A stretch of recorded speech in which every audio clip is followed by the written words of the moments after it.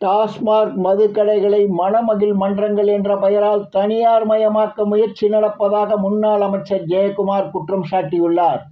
சென்னை ராயபுரத்தில் அதிமுக உறுப்பினர் அடையாள அட்டை வழங்கும் நிகழ்ச்சியில் வடசென்னை மாவட்ட அதிமுக செயலாளரும் முன்னாள் அமைச்சருமான ஜெயக்குமார் கலந்து கொண்டார்.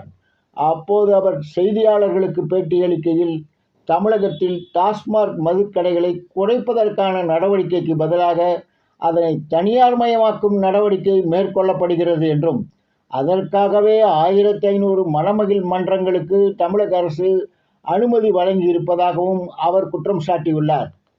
அதிமுக மீதான அண்ணாமலை புகாருக்கு பதிலளித்த ஜெயக்குமார், முளைத்து 3 இலை கூட விடாத அண்ணாமலை இரட்டை இலை பற்றி குறை கூறக்கூடாது என்றும், அதிமுக போட்ட பிச்சை காரணமாகவே சட்டப்பேரவையில் 4 பாஜக எம்எல்ஏக்கள் இடம்பெற்றுள்ளனர் என்றும், வரும் சட்டப்பேரவை தேர்தலில் தனித்து போட்டியிட தயாரா என்றும் பாஜகவுக்கு அவர் சவால் விட்டார்.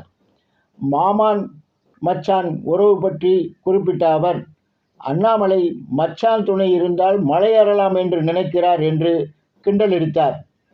அதிமுகவை பொறுத்தவரை மாமன் மச்சான் உறவுகளுக்கு இங்கு இடமில்லை என்றும் அவர் கூறினார்.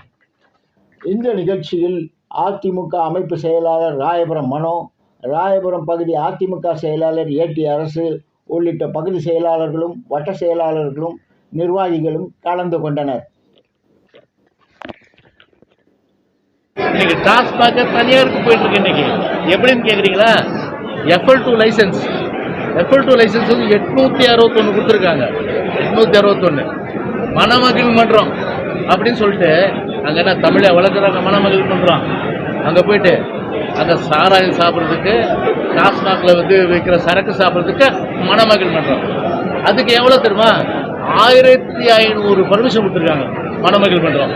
அப்போ என்னன்னா, இந்த டாஸ்மாகை தனியாருக்கு கொண்டு போய் ஒட்டுமொத்தமாக தமிழ்நாடு ஃபுல்லாக மணமகிழ் மன்றம் ஏற்படுத்தி ஒரு மகிழ்ச்சியாக மக்களை போதையில் ஆழ்த்தி எதையும் சிந்திக்காதானே சிதனா காலையில் சாயங்காலம் குடிச்சிட்டே இருறான் அப்படின்னு சொல்கிற வகையில் தான் இந்த அரசுடைய செயல்பாடு இருக்கு. இன்னைக்கு அது திரு அண்ணாமலை பொறுத்தவரை பழமொழி சொல்லுவாங்க, மச்சான் துணை இல்லாமல் மலை ஏற முடியாது, மச்சான் துணை இல்லாமல் மலை ஏற முடியாது.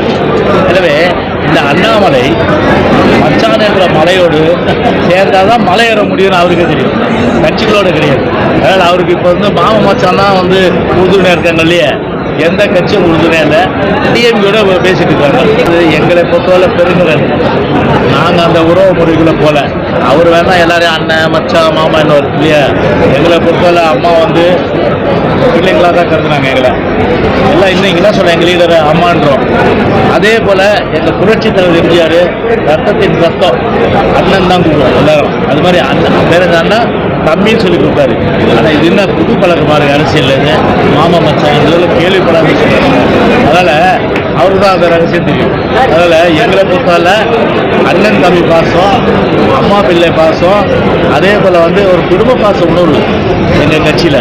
ஆனால் மாமா மச்சான்றதெல்லாம் எங்கள் கட்சியில் கிடையாது. நான் சொல்கிறேன், இந்த 3 இலை விடாத இது பார்த்து ரெட்டையிலையை பார்த்து கேட்குதுல, எவ்வளோ 50 வருஷம் மேலே இருக்க கட்சி, 31 வருஷம் ஆண்ட கட்சி.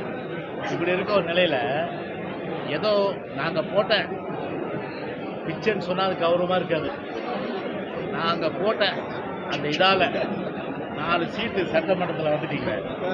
1 சீட்டு எம்எல்ஏ 2026 தனியாக நின்று ஜெயிச்சு பாருங்க, முடியாது. அப்படி சொந்த காலம் கிடையாது, ஒரு செல்வாக்கம் கிடையாது, எதுவுமே இல்லாமல் பிஜேபி எங்களை பார்த்து பேசுறது வினோதமாக வேடிக்கை இருக்கு.